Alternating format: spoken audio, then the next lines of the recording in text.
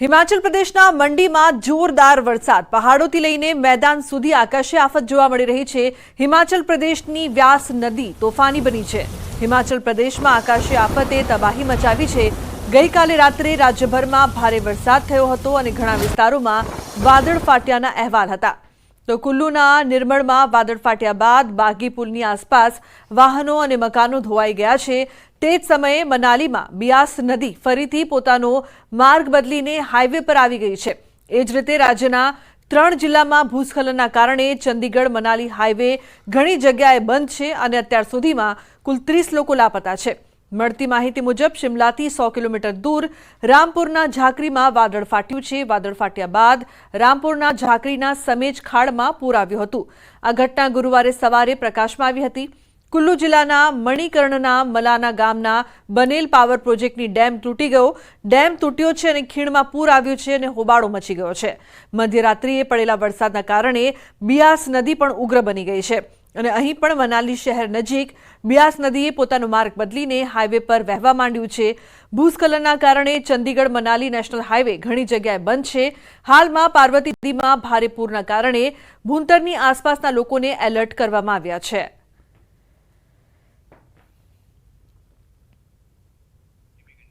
તો હિમાચલ પ્રદેશમાં વાદળ ફાટ્યું, મોટી દુર્ઘટના। મંડીમાં વાદળ ફાટ્યા બાદ તબાહીના દ્રશ્યો। માત્ર 3 સેકન્ડમાં મકાન ધરાશાયી થયું છે। પત્તાના મહેલની જેમ ધરાશાયી થયું છે મકાન ધરાશાયી થતા પાણીના ધસમસતા વહેણમાં તણાયું હતું। 3 સેકન્ડમાં જ 3 માળનું મકાન હતું ન હતું થઈ ગયું। સ્થાનિકોએ બનાવને કેમેરામાં કેદ કરી વિડીયો બનાવ્યો છે। તો તબાહીના આ દ્રશ્યો, મંડીમાં વાદળ ફાટ્યા બાદ તબાહીના દ્રશ્યો હિમાચલ પ્રદેશથી સામે આવી રહ્યા છે। 3 સેકન્ડમાં જ કઈ રીતે છે મકાન તે ધરાશાયી થાય છે તે દ્રશ્યો અહીંયા કેદ થયા છે। પત્તાના મહેલની જેમ ધરાશાયી થયું હતું મકાન। હિમાચલ પ્રદેશના દ્રશ્યો અહીંયા સામે આવી રહ્યા છે।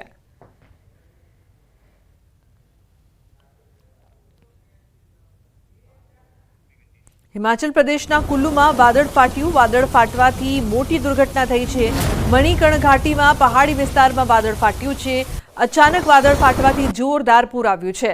પાણીના જોરદાર પ્રવાહમાં દુકાનો, ઘરો તણાયા। હિમાચલ પ્રદેશમાં ગઈકાલે રાત્રે ભારે વરસાદ થયો હતો, જે બાદ કુલ્લુ જિલ્લાના નિર્મળમાં વાદળ ફાટ્યું હતું। અહીં એક જ પરિવારના 5 સહિત કુલ 7 લોકો પાણીમાં તણાઈ ગયા હતા। વરસાદ બાદ 31 જુલાઈના રોજ સવારે લગભગ 1 વાગે નિર્મળના બાગી પુલના કુરપન નદીમાં પૂર આવ્યું હતું। પૂરમાં 7 લોકો ગુમ થયા હતા અને ડઝનબંધ વાહનો પણ વહી ગયા હતા।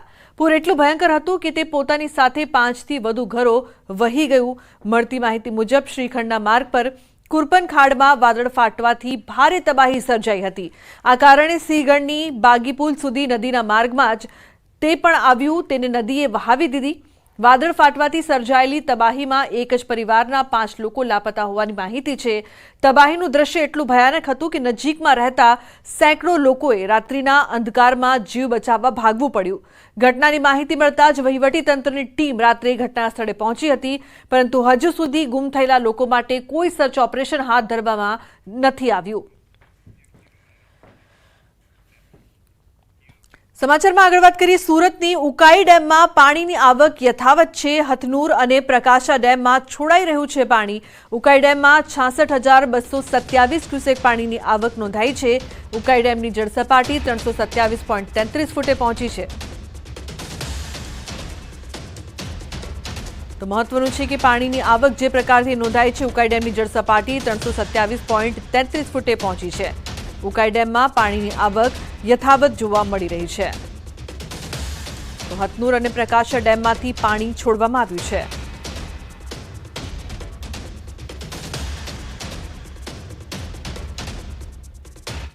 સમાચારમાં આગળ વાત કરીએ અમદાવાદની, તો શાળાઓમાં ફાયર એનઓસીના મામલે હજુ પણ વિવાદમાં શાળા સંચાલકોએ ફાયર એનઓસીને લઈને વિરોધ નોંધાવ્યો છે। શહેર અને ગ્રામ્ય વિસ્તારની શાળાઓ માટે અલગ અલગ નિયમો લાગુ કરવાની માંગ।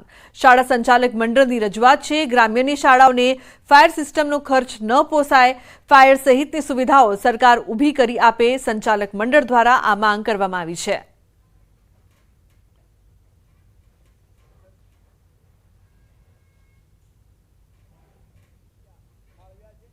એમાંથી 250 કરોડ રૂપિયા આ વર્ષે ખર્ચવાના છે। શેના માટે?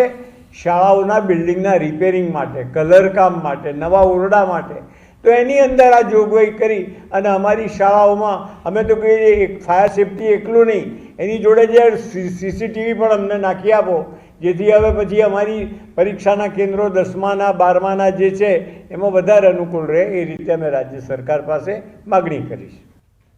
તો અમદાવાદમાં શાળાઓમાં આગની ઘટનાઓને લઈને થશે કાર્યવાહી. શાંતિપુરા વિસ્તારની શાંતિ એશિયાટિક સ્કૂલ સામે થશે કાર્યવાહી. અમદાવાદ ગ્રામ્ય ડીઈઓ અને ડીપીઈઓએ શાળા સંચાલકોનું હિયરિંગ કર્યું. વિદ્યાર્થીઓની સલામતી જોખમાય તે પ્રકારનું કૃત્ય કરવા બદલ કાર્યવાહી થઈ શકે છે. શાળા સંચાલકોએ આગની ઘટનાને મોક ડ્રીલમાં ખપાવી દીધી હતી. તો આ જવાબ સંતોષકારક ન લાગતા પુનઃ અમે તેઓને રૂબરૂ રજૂઆત માટે તક આપવાના હેતુથી હિયરિંગ રાખેલ છે. હિયરિંગમાં તેઓએ વધુ સમય માંગેલ છે અને તે મુજબ તેઓને સમય આપી અને તેઓની રજૂઆતને ધ્યાને લઈ આગામી જે પણ નિયમો અનુસાર કાર્યવાહી હશે તે અમે હાથ ધરીશું. સમાચારમાં આગળ વાત કરીશું. રાજકોટની વિછિયા તાલુકા પંચાયતમાં અવિશ્વાસની દરખાસ્ત. કોંગ્રેસ પ્રમુખ પ્રવીણભાઈ ગાબુ વિરુદ્ધ અવિશ્વાસની દરખાસ્ત પસાર.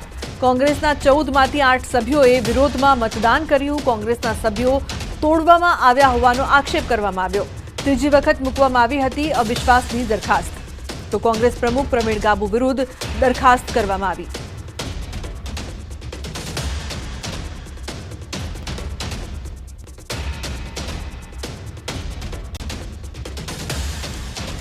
સમાચારમાં આગળ વાત કરીશું. ખાડા તો પૂરવા જ પડશે.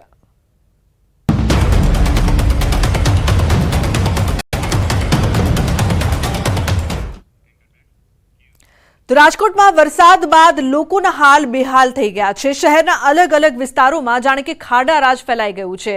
ગોંડલ ચોકડી નજીક આવેલા નેશનલ હાઈવે પર સર્વિસ રોડ પર એવી સ્થિતિ છે કે લોકો અહીંથી નીકળવાનું પસંદ નથી કરતા. અનેક વખત સ્થાનિકોએ ફરિયાદ કરી છે, પરંતુ તંત્રના અધિકારીઓ જાણે કે આંખ આડા કાન કરીને બેઠા છે. વાહન ચાલકોને વાહનો બગડી જવાનો અને અકસ્માતનો ભય રહે છે. તો સ્થાનિક રિક્ષા ચાલકોનું તો કહેવું છે કે તેઓ આ વિસ્તારમાંથી 400 રૂપિયાની દિવસની દરમિયાન કમાણી કરી રહ્યા છે, ત્યારે 200 રૂપિયા જેટલો તો વાહનમાં ખર્ચ કરવો પડે છે. આ વિસ્તારની અંદર મારા દીમાં 2 થી 3 વાર નીકળવાનું થાય છે, પણ જે પુલ છે આ બાજુ જે આવક છે ને એટલો રોડ બહુ ખરાબ છે. હા, વાહન માટે જ છે. અરે વાત કરો, હામું માણસ આવતો આપણે ખબર નથી પડતી અને એજિંગ થઈ જાય, એકબીજાને અડી જાય. હજુ તો રાજકોટ શહેરમાં મેઘરાજા મન મૂકીને વરસ્યા પણ નથી, ત્યાં જ શહેરના રસ્તાઓના હાલ બેહાલ થઈ ગયા છે. અહીંયા જ્યાં જુઓ ત્યાં જે છે મોટા મોટા ખાડાઓ જોવા મળી રહ્યા છે. આપ સીધા દ્રશ્યો જોઈ રહ્યા છો તે રાજકોટ નેશનલ હાઈવેના દ્રશ્યો છે. પ્રથમ દ્રષ્ટિએ આ દ્રશ્યો જોઈને નેશનલ હાઈવે હોય તે પણ માનવું મુશ્કેલ છે. ખાસ કરીને આ સર્વિસ રોડ છે અને